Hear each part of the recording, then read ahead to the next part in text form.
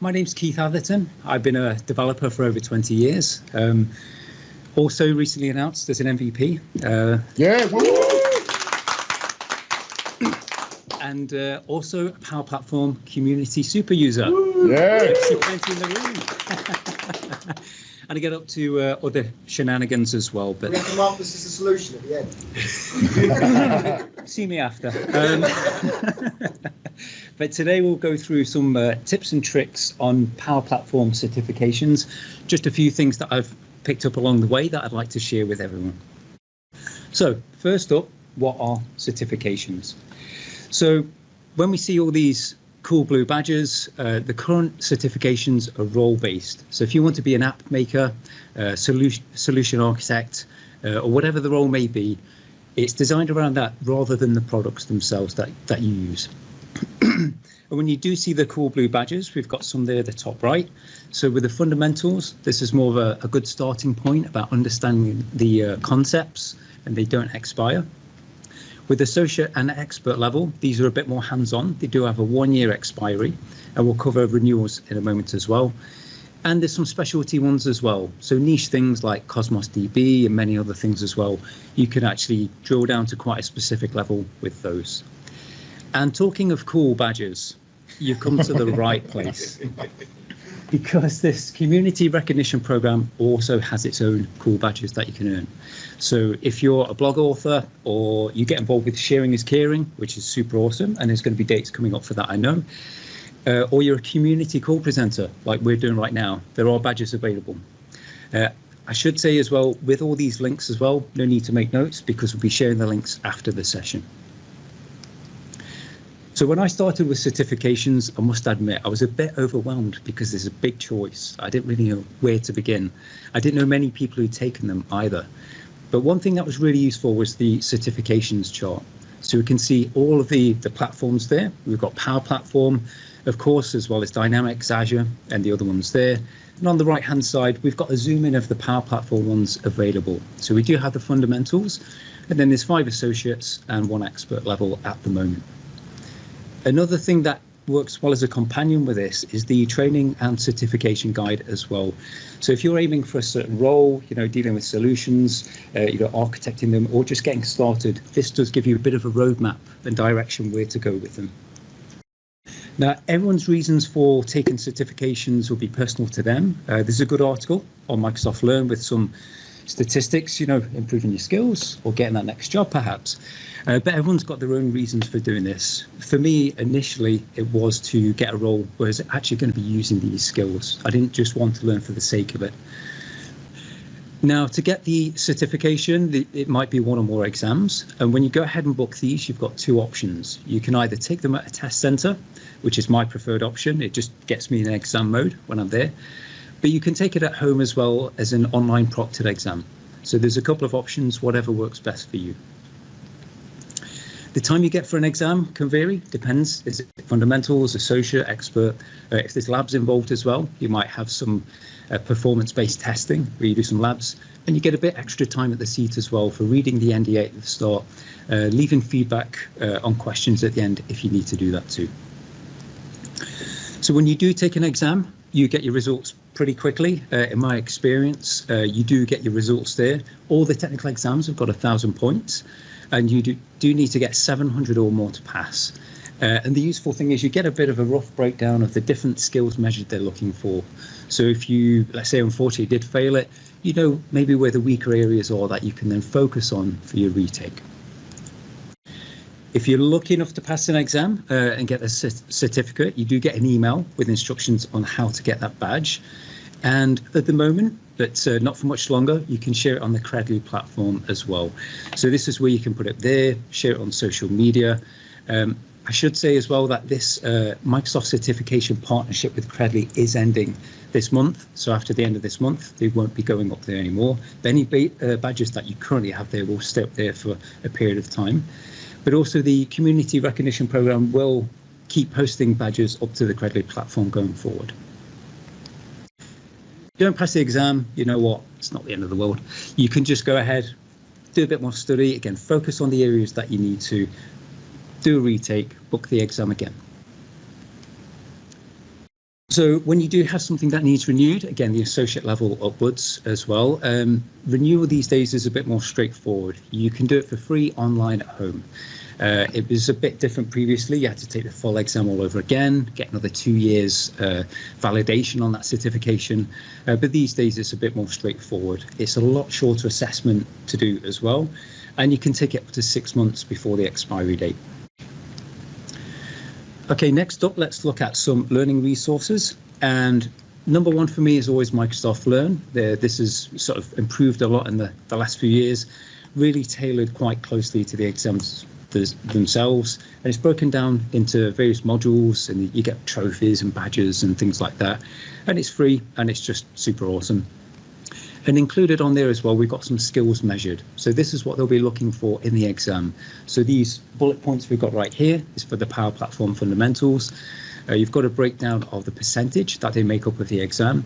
But when you go on the skills measured, there's a bit more detail of what they're looking for as well. You know, the kind of things they'll be asking for in the exam. So it's really useful. Another great option is Microsoft Virtual Training Days. These are webinars. You can book the date and time for the ones available and actually see like a pre-recorded video by an expert trainer. And if you're new to exams as well, the exam sandbox is really useful. This will show you the UI that you'll actually see in the exam as well. So it's useful if you've never done one before, you just want to be familiar with what the progress bar looks like, the kind of the build lists and multiple choice kind of options that you get. Another fairly recent option is Exam Readiness Zone. These are plenty of videos on exams in general, as well as exams specifically as well, and it keeps getting added to as well.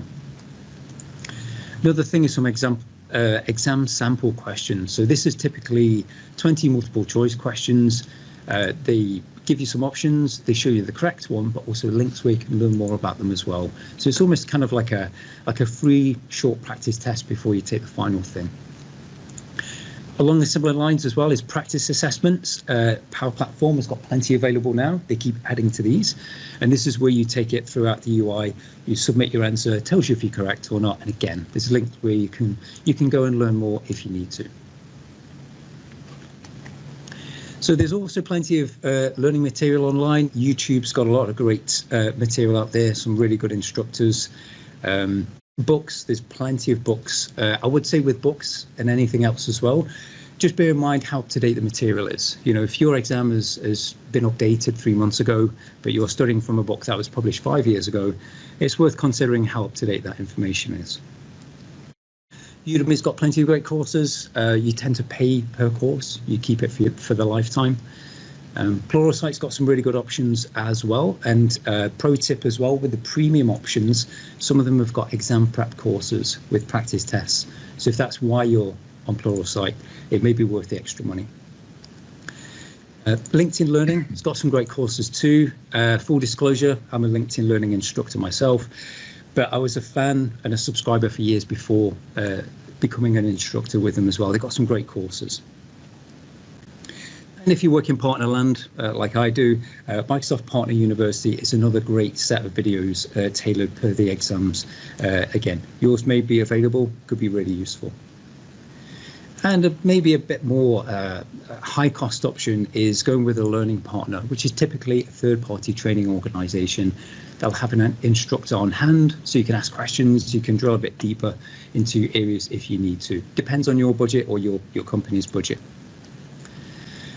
Microsoft also have official practice tests themselves, so there's plenty of options there. There are unofficial practice tests available. They may vary in quality, I will say. It's the politest way I can put that one. And what? Yeah. Yes. And what we'll do is we'll look briefly at some discounts. Again, I know this is going to be a bit of a speed run, but we can share the links afterwards. So there's things like 30 days to learn it, where you can take a challenge of going through some Microsoft Learn modules. And if you do it within 30 days, you can get a 50% exam voucher. The Microsoft Build Cloud Skills Challenge, which unfortunately has just ended, but seems to come around quite often. Again, you get several challenges available. In this case, if you complete all the modules by the deadline, you do get a free exam voucher. And also worth checking with your employer, you know, do they provide support like money towards online training, towards the exam costs?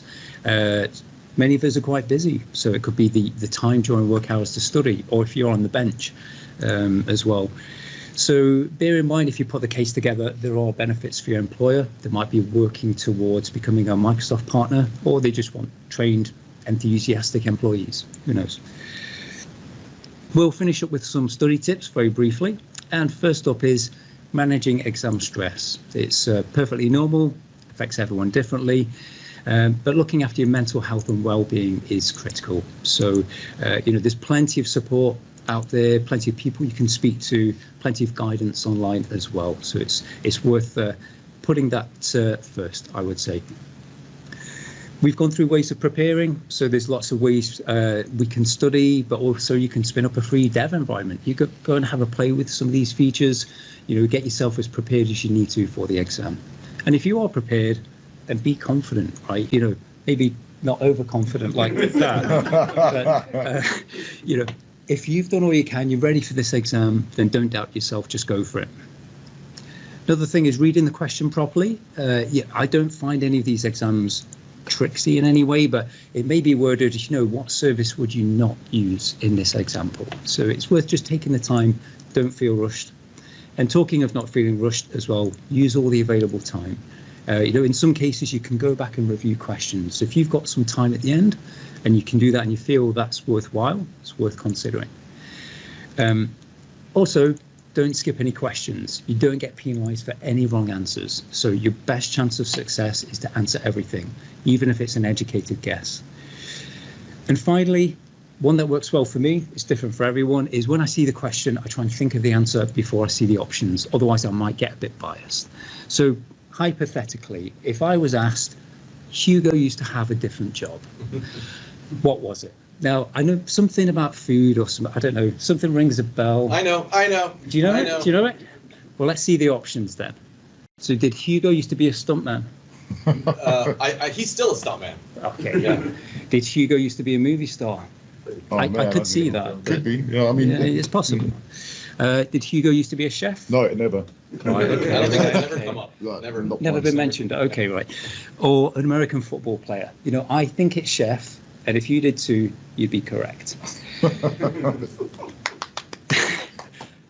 So again, bit of a speed run. So hit me up on LinkedIn or Twitter. Always happy to help if you've got any questions at all. But apart from that, thank you for your time. All right, everybody, that was fantastic. So lots of information there.